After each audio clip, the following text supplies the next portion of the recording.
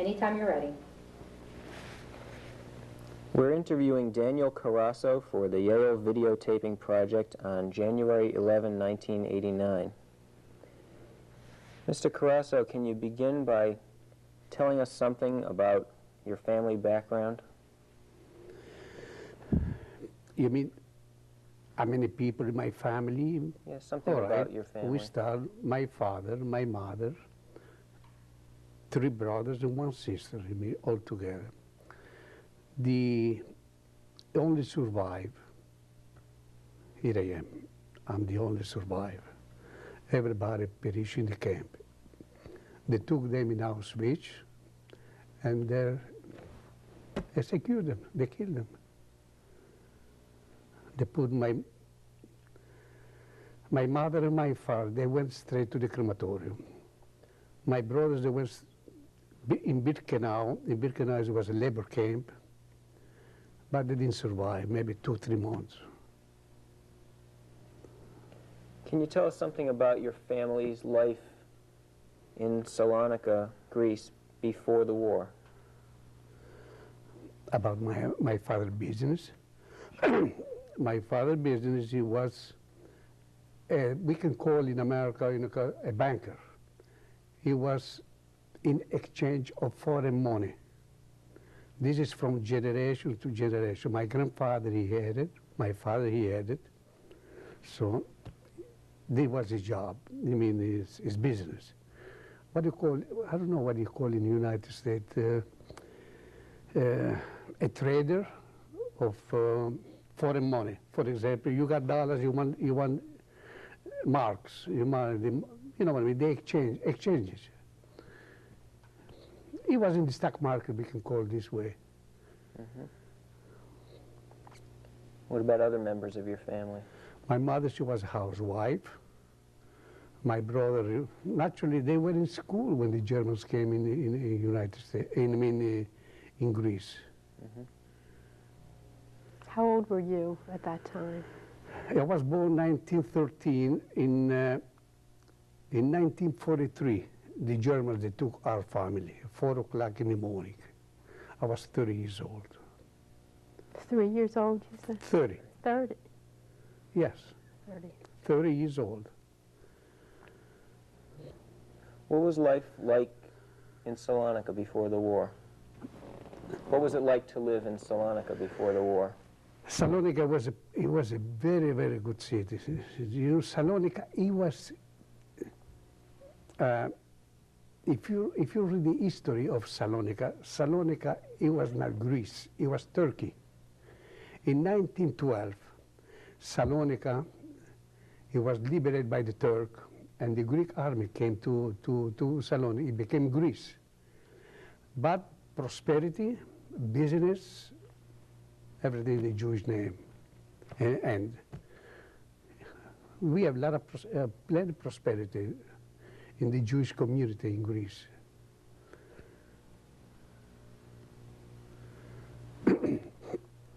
What was the Jewish community like there, aside from what you just said? In 1943, statistics, they were in Greece, in Salonika, we can call about 57,000 Jews. Maybe I'm wrong, I think I'm like, or 47 or 57, anyway, not making a difference, because when we survived, only 2,000. Only 2,000 people. Some people, they went to Israel, some people came to the United States, and some people, they stay in Greece. And today, in 1982, yes, in 1982, I went to Salonika, and it was a community of 800 people. They are today in Salonika. But Athens, Greece, the capital of Greece, they have 5,000 people. Because after the war, the small communities for different places of Greece, they concentrated in Athens. So, for example, in Corfu, there were about 200 survivors or 150 survivors. The 100 survivors, they came to Athens, and the rest they stayed. You know what I mean?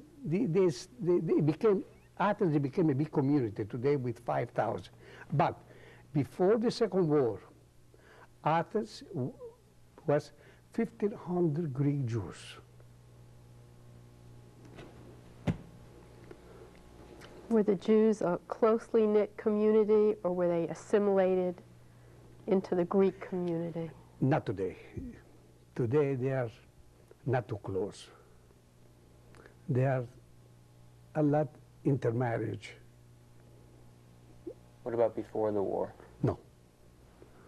Before the war, no. I don't remember because I was a young man. No, they were not. Very, very hard you heard intermarriage in Greece, in Athens, in Salonika, you mean.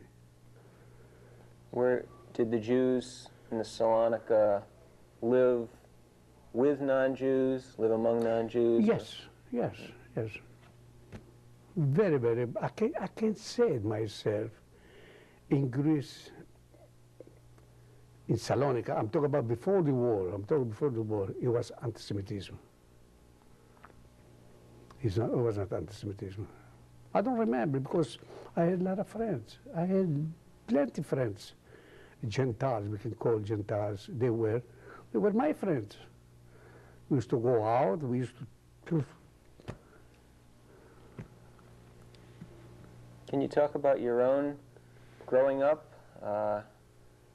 Backtracking, let's say, to your teenage years, your schooling, your activities you were involved in, then your choice of occupation, things like that. We are talking about the 1940, 1937, 38. I was a young man. I was involved in the soccer. I was involved in the swimming. I was in the sports. I was a sportsman. Naturally, I was with we were everybody the same, the Gentiles and the Jews. No anti-Semitism in Greece before the Second War. That's it. Today we can say it. Since 1967, the war in Israel.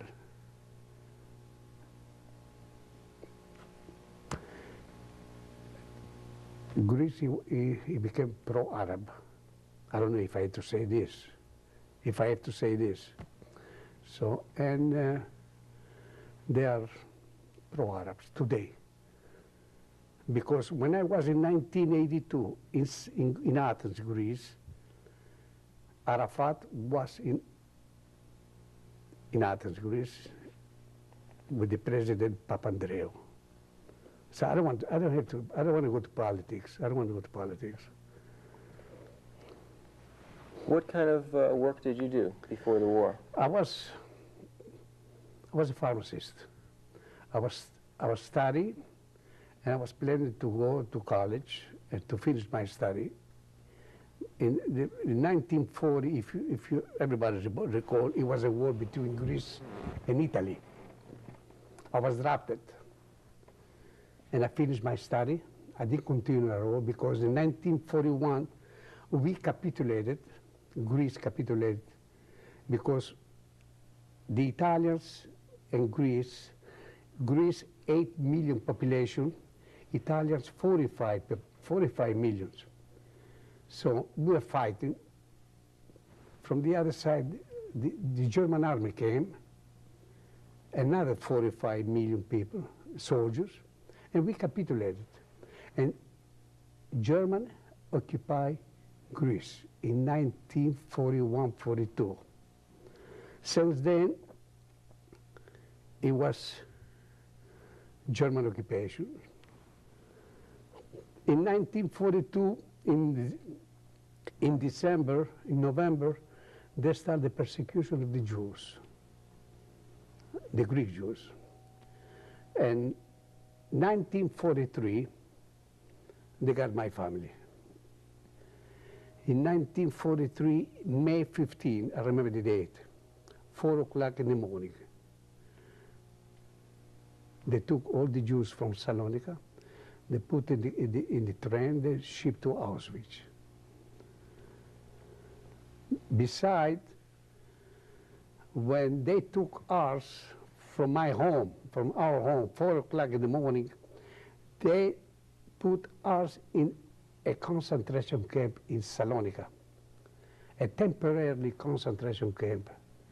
From over there, they put us to the train, and they ship us to Auschwitz. The last time I saw my mother, my father, it was when the Germans came and they start to take from the cars, from the what do you call the boxcars? from the boxcar, yeah. And I saw the last time there, and that's it, because they went straight to the crematorium. We young people, they put in a line, they put us to labor camp. If you was 17, 18, yes, but if you was 14, you go straight to the crematorium. But if you was 17, 18 and up, till 30, 35, yes, you go to the camp. And you have a chance to survive, like I had a chance to survive. Like they have 2,000 people chance to survive from 47, 50,000 people. Mm-hmm. So the other people, they went straight to the crematorium, to Birkenau. But meanwhile, you went by train all the way from Salonika. What was it like on those trains? That was a long ride from where you lived to... 7 days. This I remember. So between 7 and 8 days. A train, a box, a car, they will take about 40, 45 people. They put us 80 people. No food, no water, no nothing. And we were begging in every station. For example, we passed from Yugoslavia, water, bread, days and days and days. So when they opened the car, they find, in my box over there, they find over 10 people dead from the 80, 85. They were dead. So you're saying there was no food or water for They gave us, for 8 days, a piece of bread and some olives, Greek olives, the black olives. These I remember. And no water, no toilet, no nothing. I think you heard from some other survivors, what I'm telling you now, I think. So anyway. To go back a minute, can you talk about what it was like? You mentioned that in 1941, when the Germans came in, the persecution of the Jews started. Yes. 1941, 42. Mm-hmm. Between the time they came in. For 6, 7 months, the Germans, they leave us without barriers. They didn't bother at all. After the start, yes. In what way? The first thing, they put us a star in our left top coat from 5 years old and up. After that, they took all the fortunes, all the house, all the stores, all the business from the Jewish people. And after they put us in small camps, we can call, and they ship us to Auschwitz. When they took your business, they took your home, they took your furniture, they took everything. I know, they took everything. So, and they start 1943 in January. It started to ship in Auschwitz all these people. My turn was in May. Some people they went from January. Mm-hmm. Had you had a business of your own? I told you, I was a pharmacist. Mm-hmm. No idea, because I was a young man. Mm-hmm. I was a young man.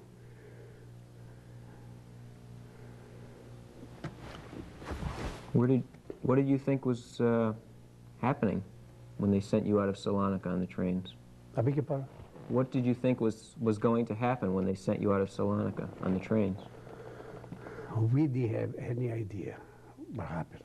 Really, we were blind, 100% blind, because we were scared, because they were shooting every day people. We didn't have any idea.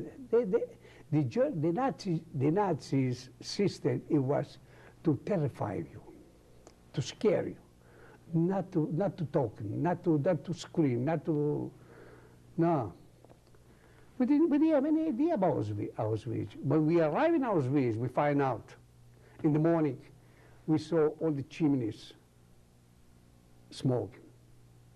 It was my mother and my father there. And they put the young people to work, to hard labor.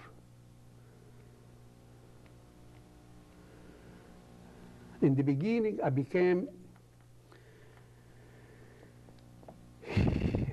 a flagger. A flagger in German is a nurse, because they took the doctors, the pharmacists, the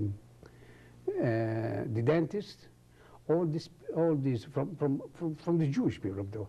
They make flaggers. Flaggers is nurse. So because in Auschwitz, it was an ultra-modern concentration camp. They have hospitals, they have surgeries, they have Birkenau. It was an extermination camp. Birkenau. I'm talking about Birkenau. But Auschwitz, I was in Auschwitz. It was an ultra-modern camp. So they make me a nurse. For a year and a half, I was in good position. I was inside. I was working inside in the hospital, like I call it, in the hospital. So in January 15, 1945, when the Americans were coming from the west and the Russians were coming from the east, Auschwitz, the name Auschwitz is Auschwitzum, is in the frontier, German and Poland. The Russians, they were coming this way, and the Americans, they were coming this way. And the Germans, they only survived there to evacuate. They evacuated to get out from Auschwitz. And besides, they took all the prisoners with them. They took me from Auschwitz to Vienna.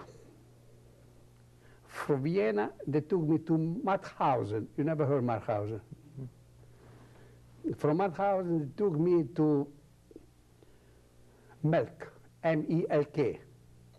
From Melk, they took me in Mbz, the name Mbz. All these, they are concentration camps. They were not occupied by the Russians, they were not occupied by the Nazis, by the Americans. They're still active, the camps. When the Russians and Americans were coming and coming and coming and coming, they capitulated. It was in May 1943 when the SS capitulated.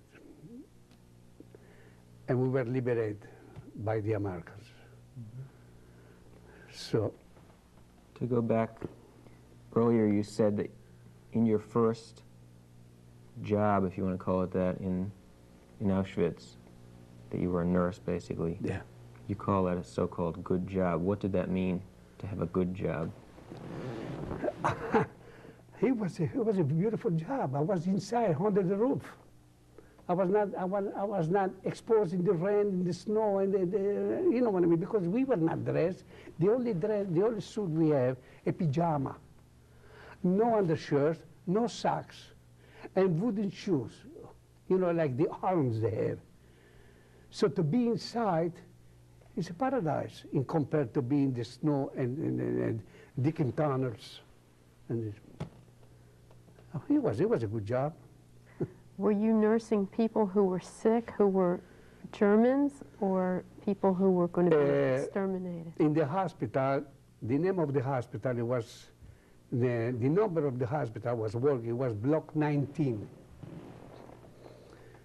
The Nazis, they didn't like to have sick people. They used to come every Friday night, or every Yom Kippur, or every Rosh Hashanah, or every Saturday. They used to make a selection from the sick people. A truck was waiting outside, and the Lagerhardt is a doctor of the camp. Lager is a camp. So he used to take a note, this one, and this one, and this one, and this one, and this one, and this one, and this, in the truck. They used to have, for example, in my hospital, there were about 200 people. That Saturday, they left 150. The 150 used to take to the crematorium. They didn't want sick people. They want people to work over there.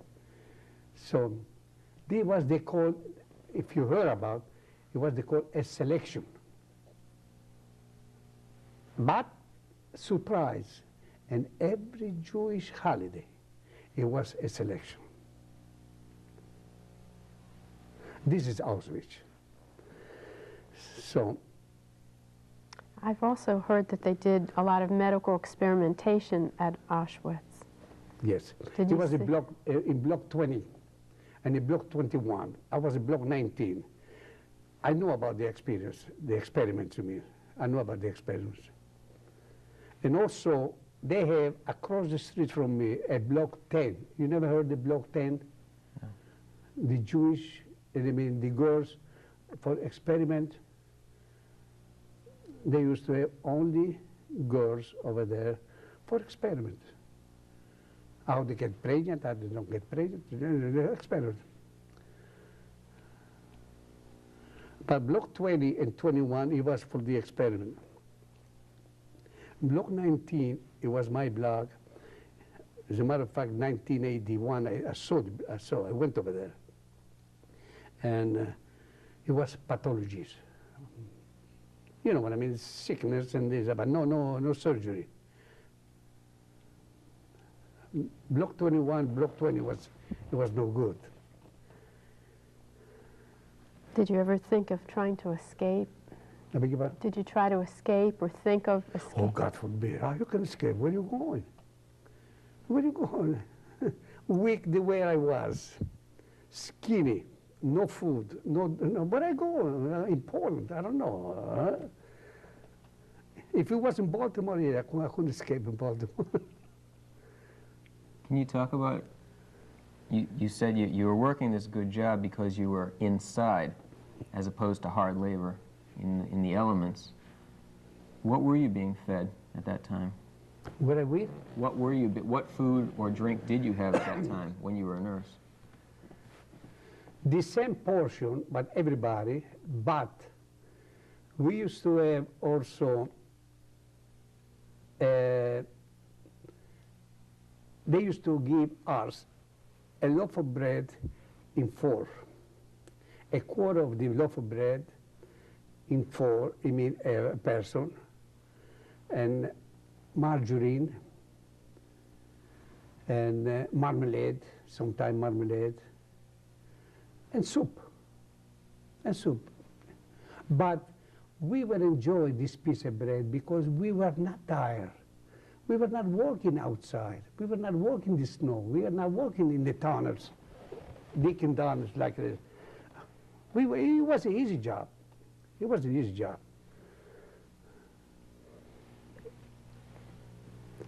I want to mention something. I don't know if I have to mention. I'm going to mention. I want to tell. When the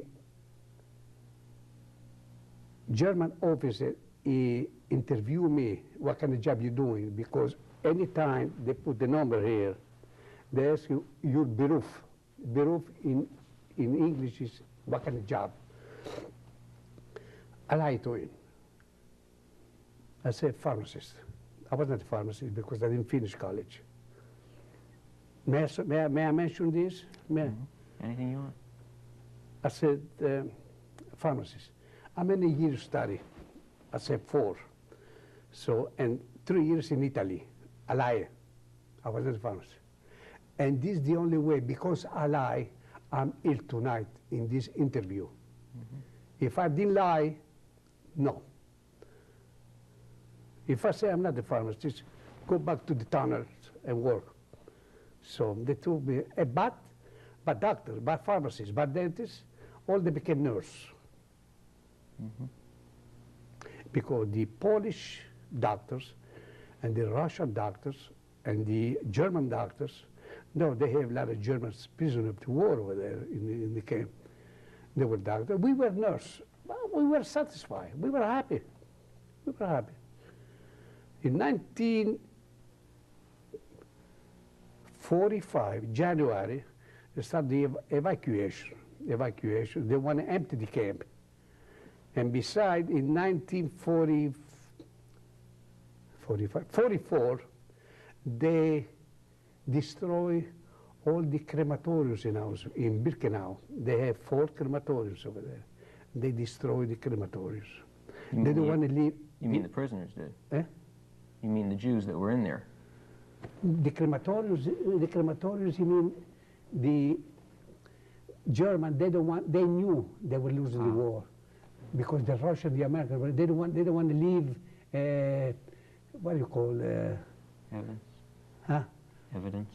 Evidence, exactly. They don't want to leave evidence. They destroy. As a matter of fact, when I went to Birkenau myself, because I don't have nobody, everybody that died over there, and I took a jar and I put the ashes and I brought home in Baltimore.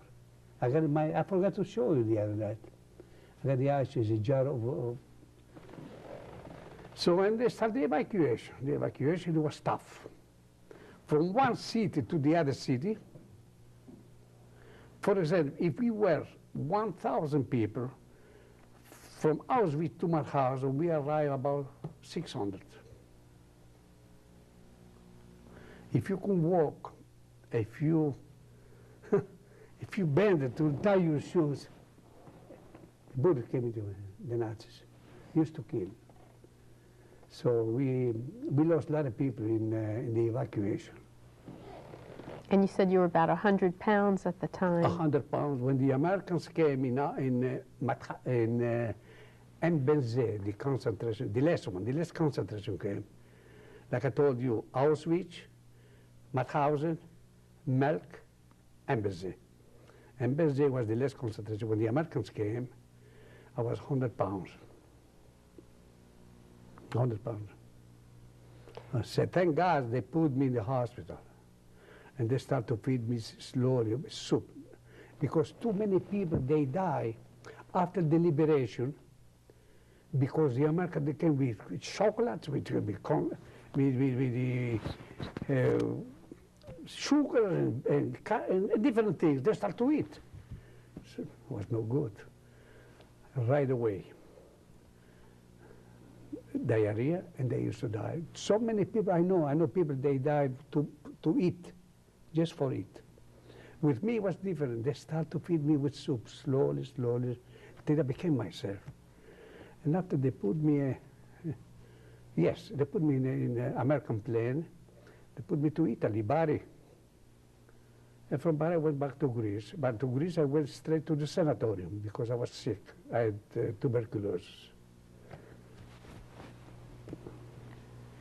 Mr. Carasso. I look like a sick man today. Yes, sir. I think you had said earlier that for about the first year you were in Auschwitz, you were a nurse. The first year in Auschwitz? Yes. I'm telling you, I was in Auschwitz. Right. In Auschwitz, I was in the hospital. Did you have other jobs when you were in that camp? Yes. One day, we stole about 5 breads from a truck. And the SAS, they got me. One SAS, he put me his head on his leg, and the other SAS, he gave me 25 in my behind. And they took away from the hospital. They put me in another job. The other job, it was good, but it was bad. I was assigned over there, for example, if somebody died in Auschwitz, they used to call me with the stretchers. We were 2 people in this job to pick up the dead man and to put to someplace, because in Auschwitz they didn't have crematorium. The crematoriums, they were in Birkenau.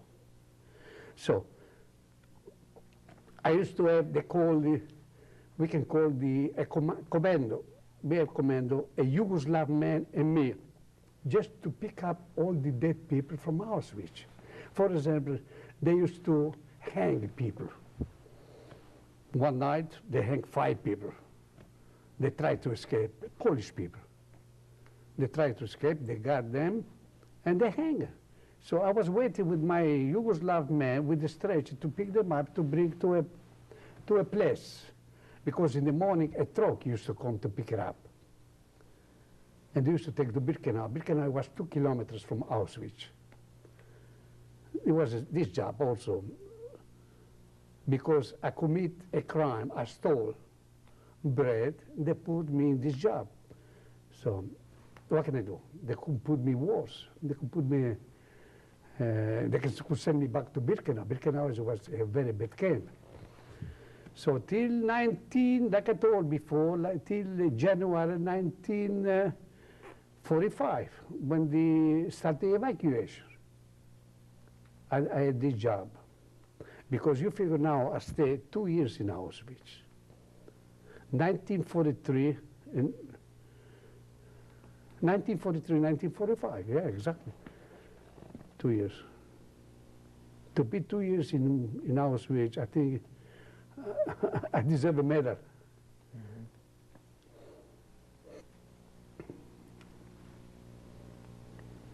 Did you ever see your brothers and sisters again after you got there? No, they separated us. They separated us. So I never saw my sister because they put a women camp. But Birkenau, there were men camp and women camp. I didn't see it. I didn't see it. No, naturally, my father and my mother, they were straight.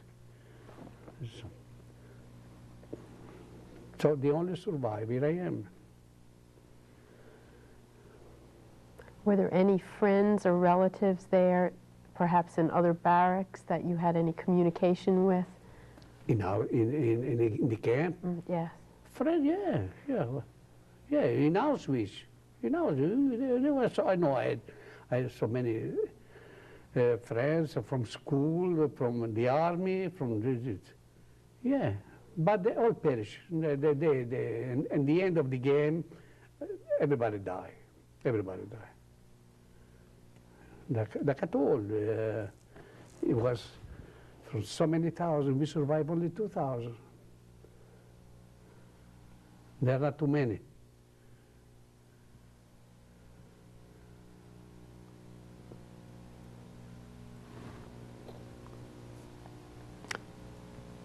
It must have really been rough for you to, here you are as a nurse, and then at this other job, and then other As a matter of people. fact, Mr. Jacobson, he asked me a question the other day. What about, how do you feel now?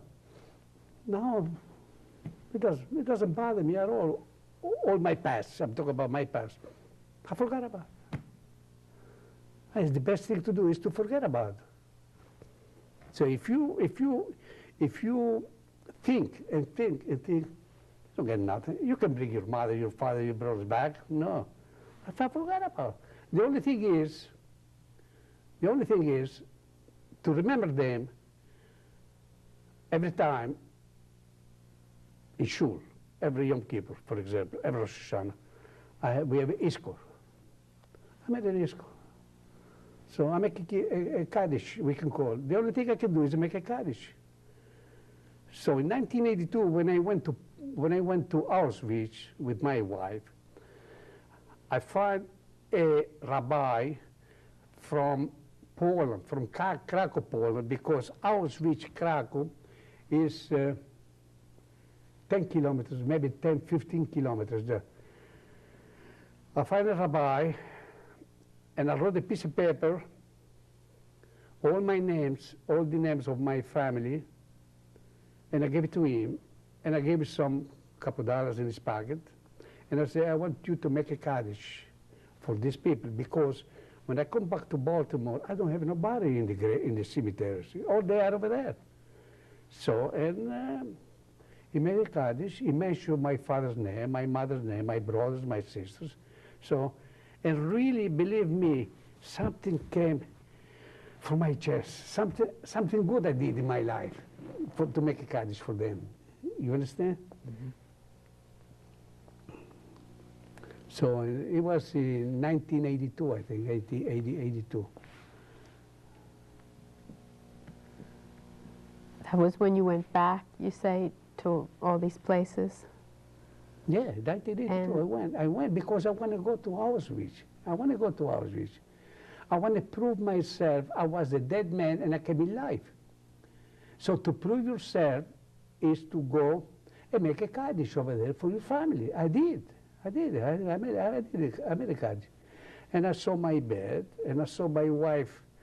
She was in Birkenau. She was not in Auschwitz. We went to Birkenau. It's 2 kilometers. It's not a mile and a half. So we went to Birkenau, and she saw me. It is my block. It is my bed. She saw. And my wife also, from 8 people, she survived only two sisters. One she's in New York, one she's in Baltimore. How did it feel to see your My wife, she was very depressed. She was crying. She was depressed, really. Me, no. No, I'm a little hard myself. They're supposed to be this way. Did you see anything else from the past? When we arrived in Auschwitz in 1981, 82, a Polish girl came to our group. We were about 35 Greeks in the group to go in all these Eastern countries, Czechoslovakia, Budapest, and this. So she said to me, I will be your interpreter. I want to show you the camp of Auschwitz. I said, how old are you, honey? I'm 19 years old. I said, I got news for you. I spent 2 years in this camp. Oh my goodness, you don't need me. You know, you understand? Mm-hmm. And I took the group myself, and I became interpreter, and I was showing all the everything. Mm-hmm. So they gave us a 19 years old girl to show me what is Auschwitz. So when she saw my number, and I told her I spent 2 years in this camp, so you don't need me. And she left.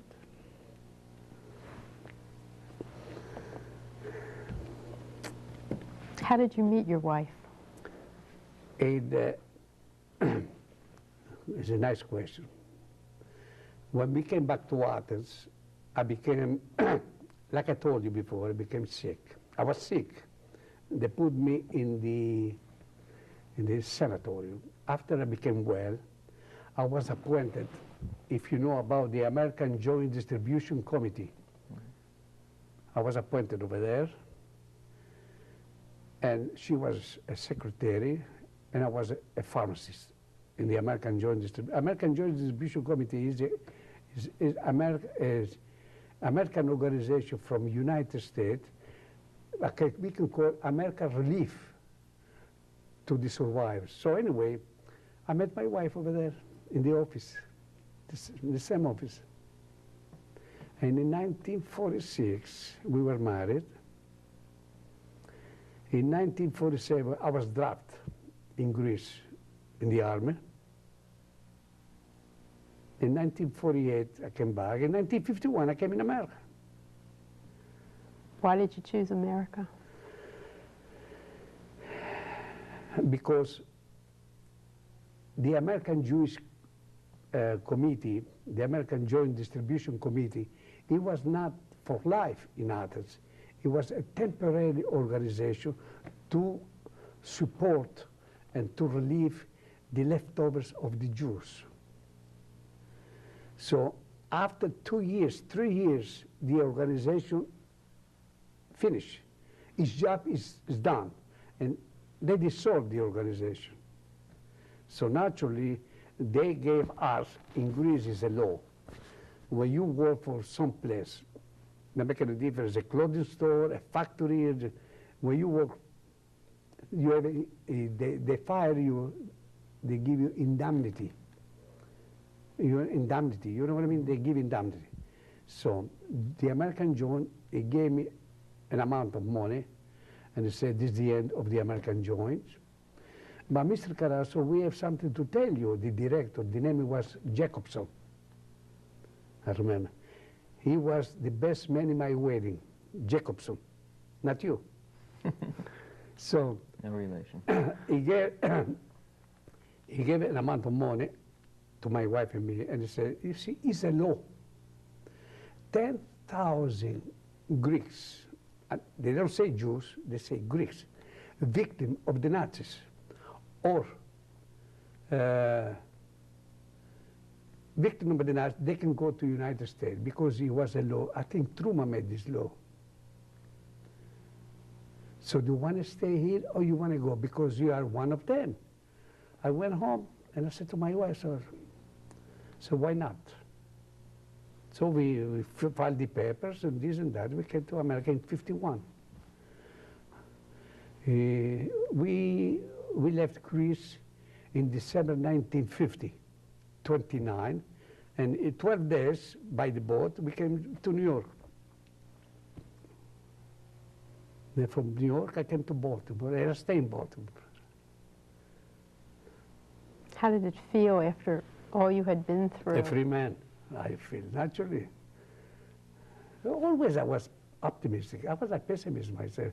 I was in the camp. And I used to say to my friend, don't worry about it. We will go out. We will come back to Greece. How do you know? Sir, I'm telling you, we will go back to Greece. I was very optimistic. Huh? This is me. This is me. Yeah. You truly were optimistic? Huh? You weren't just trying to raise their hopes? No, not me. I'm talking about the camp, I was optimistic.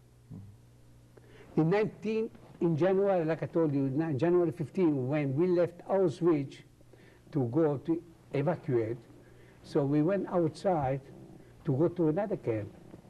And I said to my friend, you see, we are going. Like I told you, we are leaving, we are going home. Was there anything else you wanted to tell us about your 2 years in Auschwitz? I think I told you about the first year in the hospital, and the second year I was. So you want me to repeat? I'll be glad to repeat. No. 1 year in the hospital, and 1 year in I was carrying the dead people. Did you read the article? Did you read the article I gave to you with my white picture? It was. I mentioned this. What happened in the other camps you were sent to after Auschwitz? What happened to?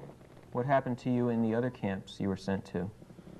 And, from wars to wars, from wars to wars. For example, we left Auschwitz, we went to Mauthausen. Mauthausen was a 90% extermination camp. So it was tough. We were hoping to go another camp to be better. We went to Melk, M-E-L-K, Warsaw, Mauthausen. No food, no nothing. This is the only way I lost 100 pounds. Between January and May, when the Americans came, it's 3 months. I lost a lot of pounds. When we went to Embelze, it was wars of milk. One camp, it was wars of wars. So thank God the American camps, they liberated me. And I'm glad to say the war was over. The war was over.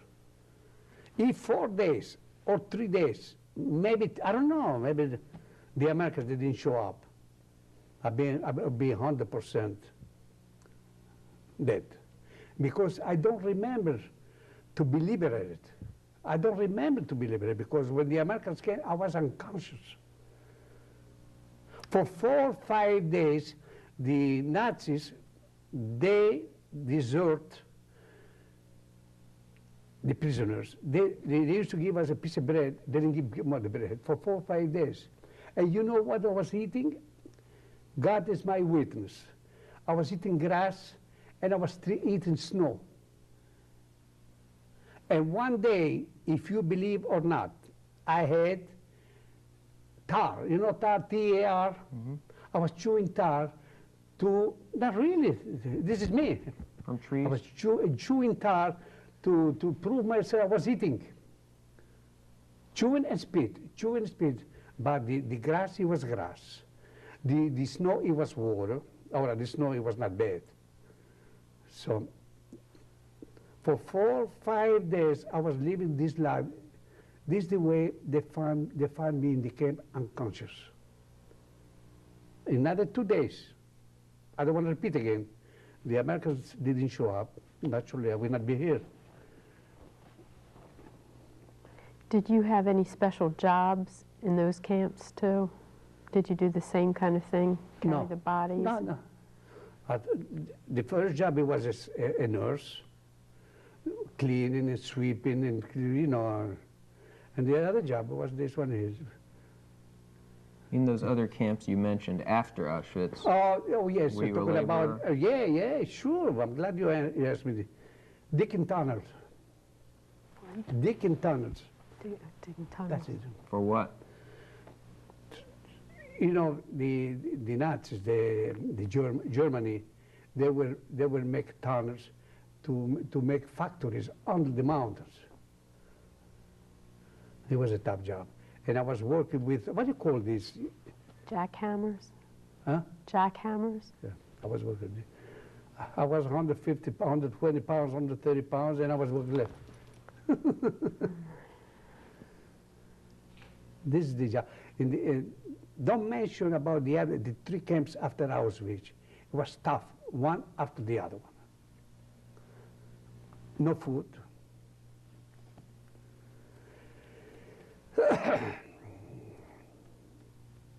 How did they expect people to do labor with no food? They didn't care? Who, the Nazis? Who cares if you die? Because another transport is coming tomorrow.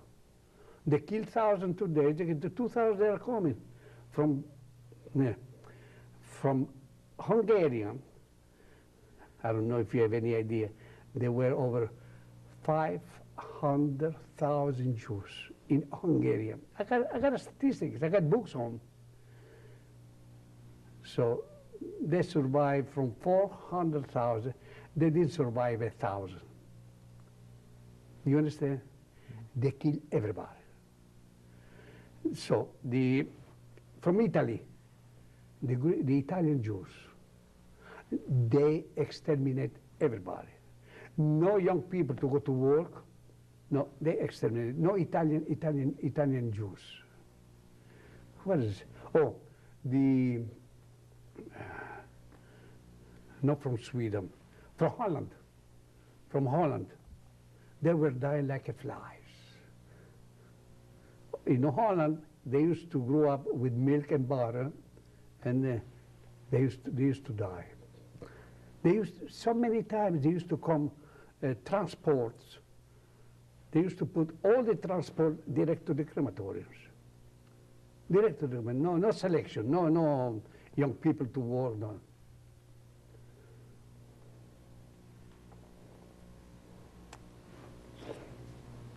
So you were very fortunate that you were strong. Your constitution was strong, too. Yes. I was a sportsman, really. I was a sportsman. I was a swimmer. I was a sport. My life was in sport. It was. Maybe this helped me. I don't know. Maybe this helped me.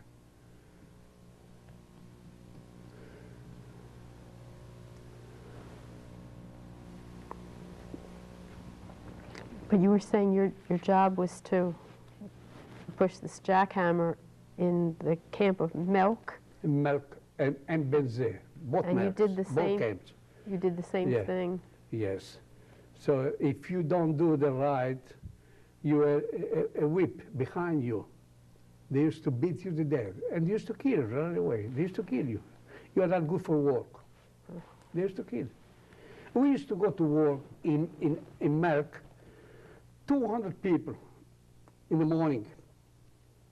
Naturally, no breakfast. Don't think they give us breakfast, no breakfast. From bed to camp. We used to come back 150, 130. They used to kill 50s and 60. How they kill 6 million Jews? How they kill them? This is the way they kill 6 million Jews.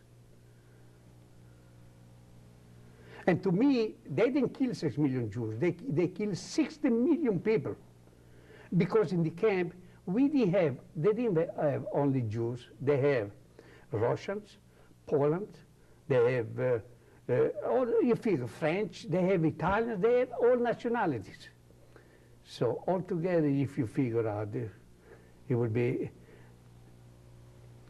over 15 million people. They exterminated. How could you keep your spirit up when you knew people were What I just have to do? What I have to do? Tell me what I have to do. Cry? Stay home and cry? No, I try. In the beginning, it was a little hard. In the beginning, when I came back, and it was a little hard. And after, when I met a family, I have kids, and that's it. So I forgot. I can say I forgot. I can say I forgot. I said, I try. Because I'm strong. Psychologically, I'm strong.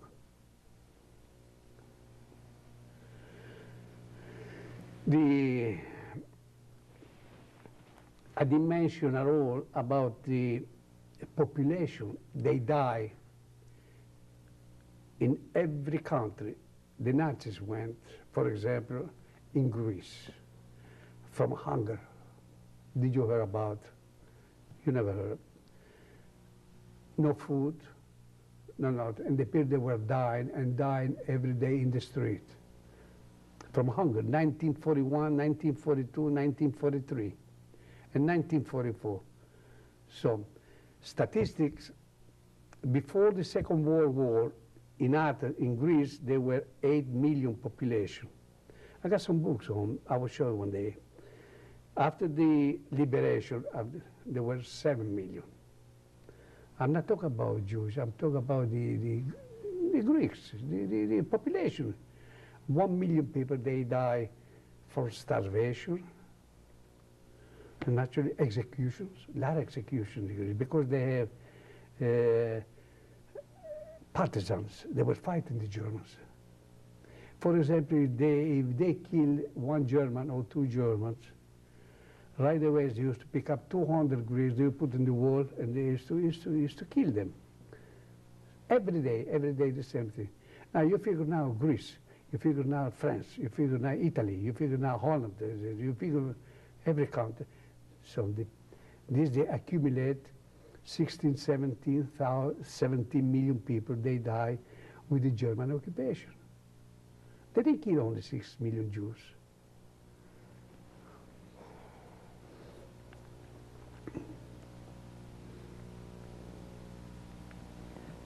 From your experiences in the camps, are there any memories of particular people you went through that with that stand out in your mind? But Mr. Jacobson is long time ago. Mm-hmm. Really, I met a lot of people. And all right, let me give you a small name. I had a friend of mine from Warsaw, Poland. The name was Kowalewski. He was a dear friend of mine. He was not Jewish. He was. So one day, I don't know what happened, he tried to escape. And they got him. And they hang him. And I have to cut the rope, and I have to take to the I did myself. So we met a lot of people. We met Polish, we met French, we met Russian, a lot of Russian people.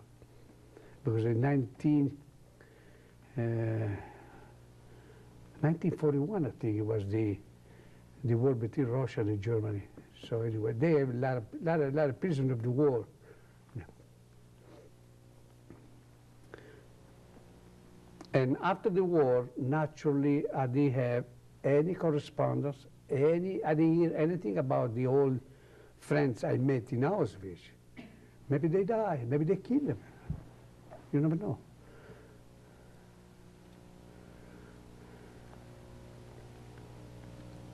Were you able to help any of those people who you met there? Everybody was looking for himself. Really, I couldn't give you a piece of bread to you because my piece of bread was too small. If I give you help to you, it will not do good to you, and the other half it will not do good to me. With help, What can I help? Everybody need help for everybody.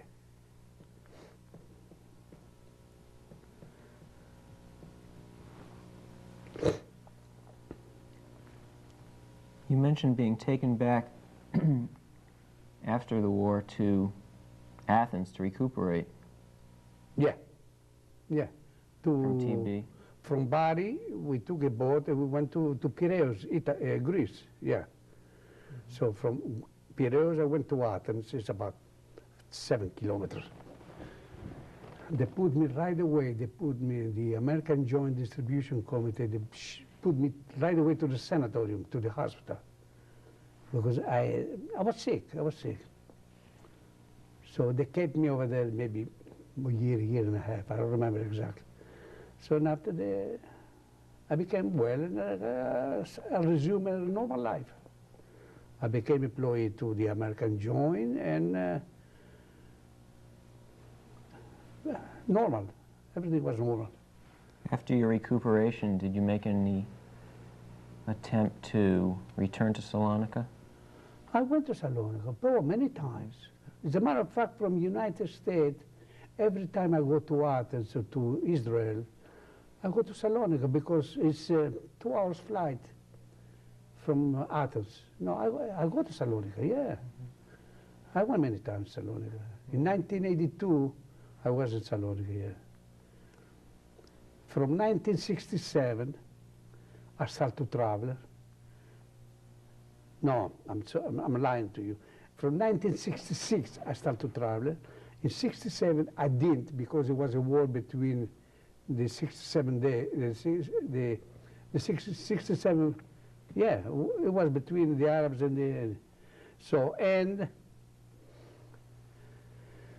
69, 70 I went, 71 to my 2 daughters in Israel and Greece, and 72 I went back. Every year I was going. I was going. After you became healthy again in Athens, did you ever have thoughts of returning to live in Salonika? No. After the war, no, I mean. No. No. I had 2 choices, United States or Israel. Not in Greece. Not in Greece. So I chose United States. As a matter of fact, I was not sorry. I chose United States. You say you have 2 daughters. Yeah. How do they feel about what has had They don't want happened to talk you? about. They don't want to talk about. When is a movies in TV about they don't want to do it, they don't want to see. They don't want to see. Because they knew, they know what their father and mother suffered. They don't want to hear.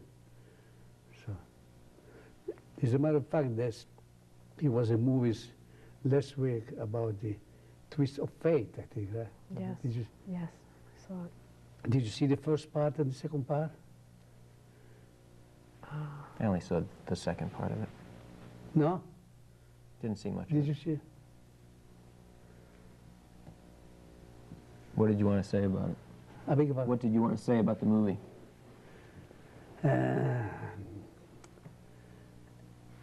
Always a big story. If I start to tell you the story of the movies, you never finish. I was just wondering what you wanted to say about it.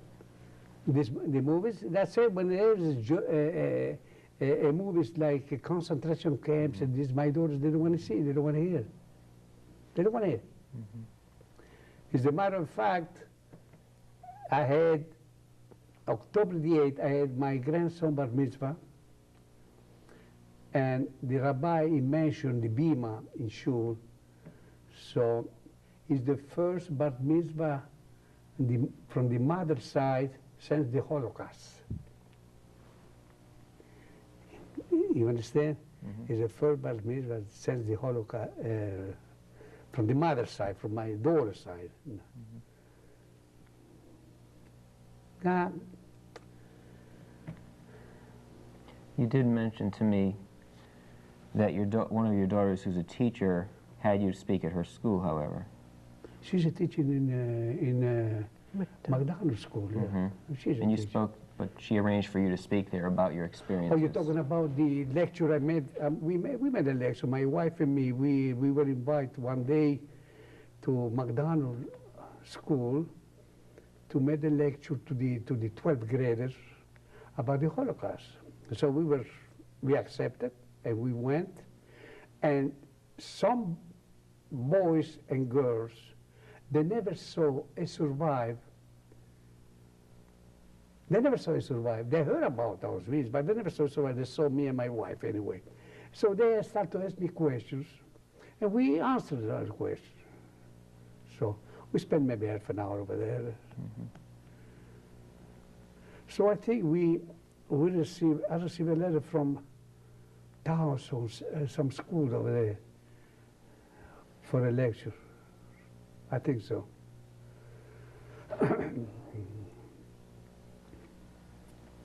Do you remember what kind of things the students asked you? I beg your pardon? Do you remember what kind of things the students asked you at McDonough? If I remember, what a question? What were they wondering about your experiences? No, they were about the war, how many Jews there were in Greece, how many they were survivors, about all this.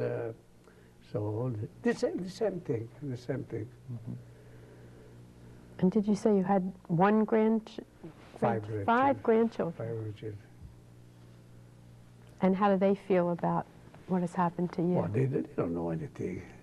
The grandchildren? Well, especially the older ones. The older they are, the bar mitzvah boy, maybe he think a little bit. But the others, they're 8 years old, 7 years old.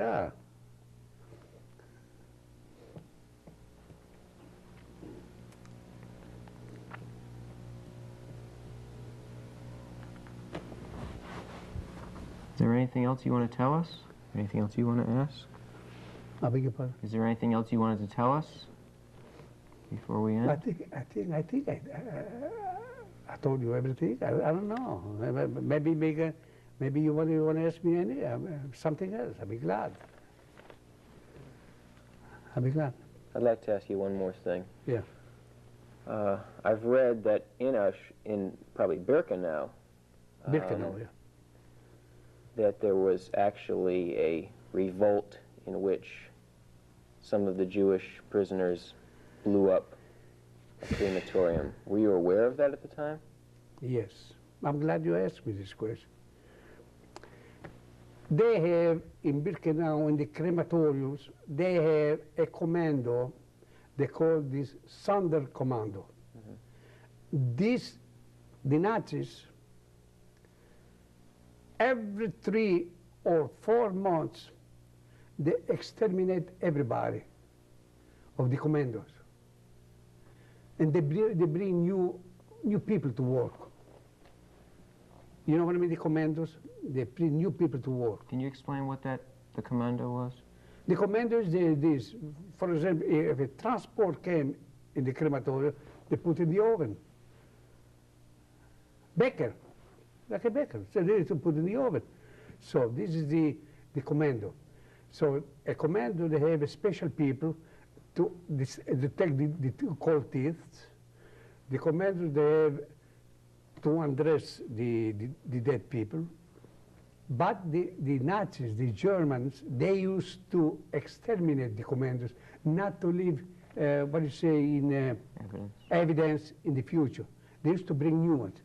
One day, a Greek commando, they knew what happened to them in 2 weeks, 3 weeks. They make a revolution, but they kill everybody. Between these people, there were 3 brothers of my wife. They were Sonderkommando. They were working in the crematoriums. But when the Greeks, they make a revolution, the Germans, they killed 500, 600 people. Between them, there were 3 brothers of my wife. My wife's brothers, they died in this revolution over there. Because they knew they will get killed anyway. This is a system. This says they kill the old, they bring new ones. This is the crematorium, the commanders of the revolution, you mentioned. Mm-hmm. So you received the news of that in your camp? You heard the news of that in your camp? Yes. Well, Birkenau, I'm telling you, it was 2 kilometers, 3 kilometers between Birkenau and Auschwitz. We heard about it.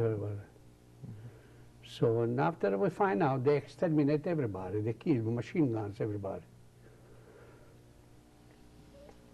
If they didn't do this, they will put anyway. They will kill them anyway.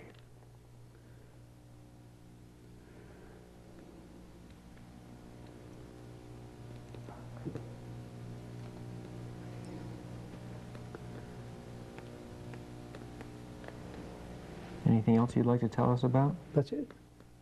What else? Would you like to ask? All right. Well, we appreciate You're welcome. you doing this very much.